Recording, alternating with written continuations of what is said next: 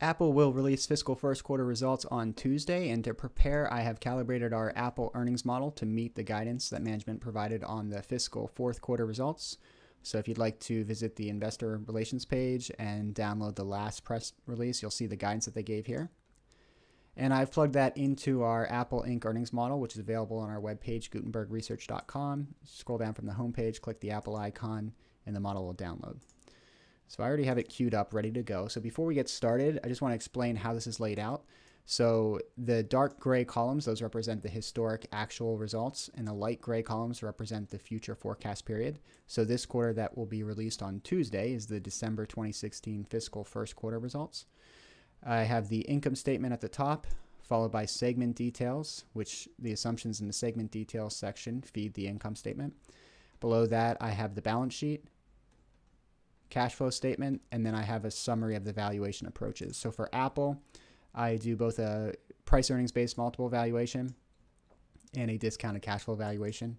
And the summary of the valuation is in the upper left hand corner. So you can see I use a 50-50 weighting of the two approaches to get back to $120 per share. So now scrolling back up, you'll notice that some of the cells are shaded orange. That means that I've calibrated that individual metric to meet consensus estimates. So this would be the consensus EPS estimate, and this would be the consensus revenue estimate. Some of the cells are purple.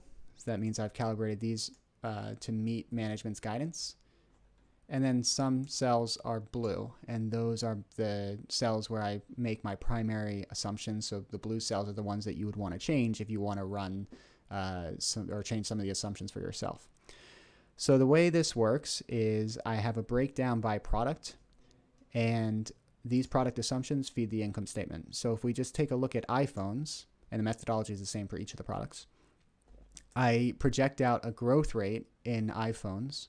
So you can see I'm just taking quarter over quarter growth rate. So I take the iPhone actual sales from the September quarter, 45.5 million, and I multiply that by the growth rate that I have in here. So I have 73.3% estimated growth rate for the December quarter. And that would get us to just above the December 2015 quarter. So in December of 2015, we saw 74.8 million iPhones sold, and now I'm at 78.9. So the reason that I have it a little bit higher is because we had the iPhone 7 release, so I would expect it to be a little bit higher than 2015.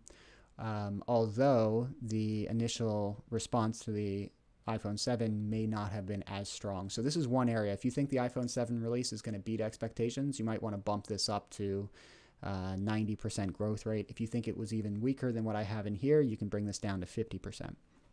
And then we have average selling price. So for the December 2016 quarter, management on the last earnings call did say that they expected to see an average selling price increase to the level seen in the December quarter of last year. So I have it set at $691 on average per phone.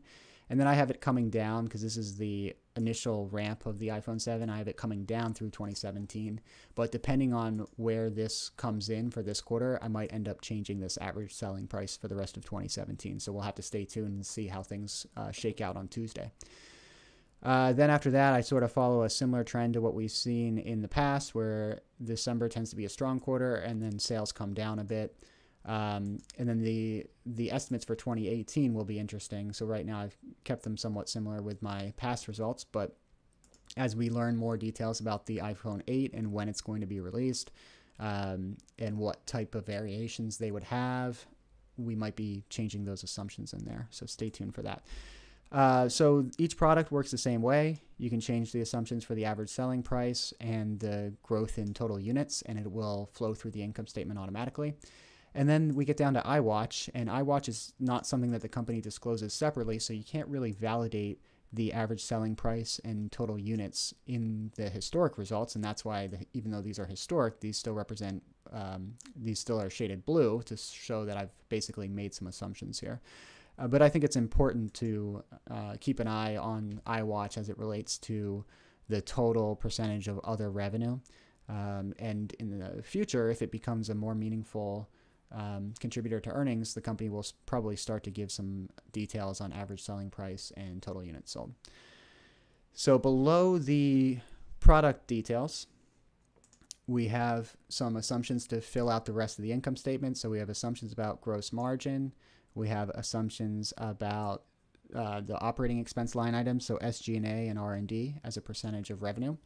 And then assumptions about the other operating expenses or income, also as a percentage of revenue. And then assumptions about the effective tax rate. Below that, we have assumptions about the change in shares. So we have the basic and diluted, just typical change in shares over time, which we tend to keep somewhat in line with historic results.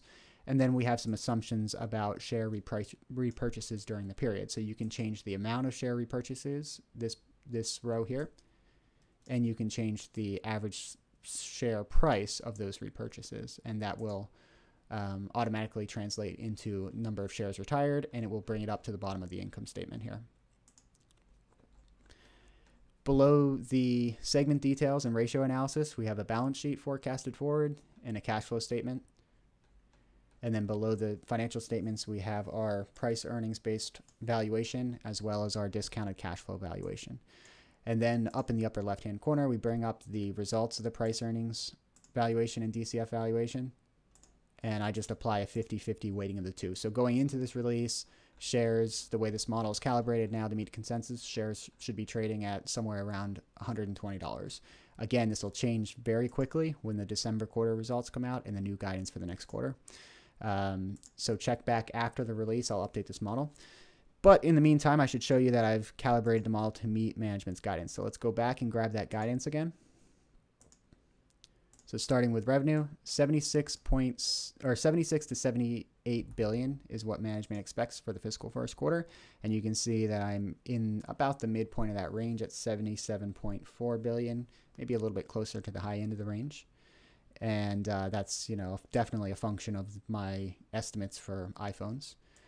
For gross profit, management expects to be between 38 and 38.5%. So go back down to the ratio analysis, and you can see that I have an estimate of 38.3%. So about the midpoint of management's range. Oops, sorry. This is where they give the guidance. Gross margin between 38 and 38.5%. Then operating expenses are expected to be between 6.9 billion and 7 billion. And you can see I'm at the top end, well, just about right in the range there. So 6.986 billion, and that is a function of my estimates for SG&A and R&D. And you can see that it's basically in line with the December quarter of last year. So SG&A to total sales was 5.1% and R&D was 3.2%. So I was at 5% for SG&A and now at 4%. So I guess R&D I'm a little bit higher than where we were in December of last year. But that's how we get back to management's guidance. And then for other income and expense, they expect it to be about 400 million. So I'm a little bit below that at 350. I'll have to update that comment.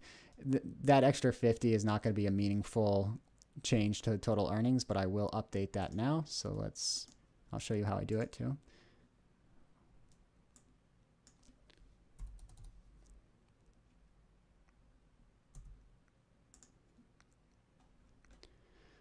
So one of the cool tricks for modeling is if you want to change this to 400, you can use the goal seek function to back into it. So let's say you want it to be right in line with management's guidance. Put that at 400 and then scroll down to the row so you can see other operating expense to total income and sales, or to total sales. There, and that changed it to 400. Then for provisions for income tax, management guided the tax rate to 26%. So you can see that I've put in a 26% tax rate.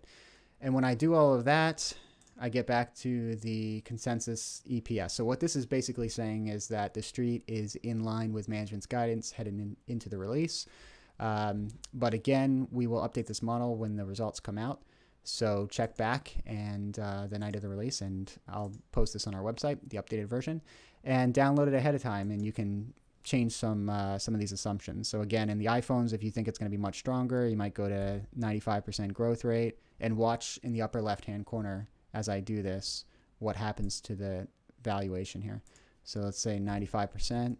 And that actually just doing that brought up, I mean, that's a pretty strong growth rate for iPhones in the first quarter, but that brought the estimated share valuation up to 127 just by doing that. So it also shows you how sensitive the model is. So check it out for yourself and check back after the release.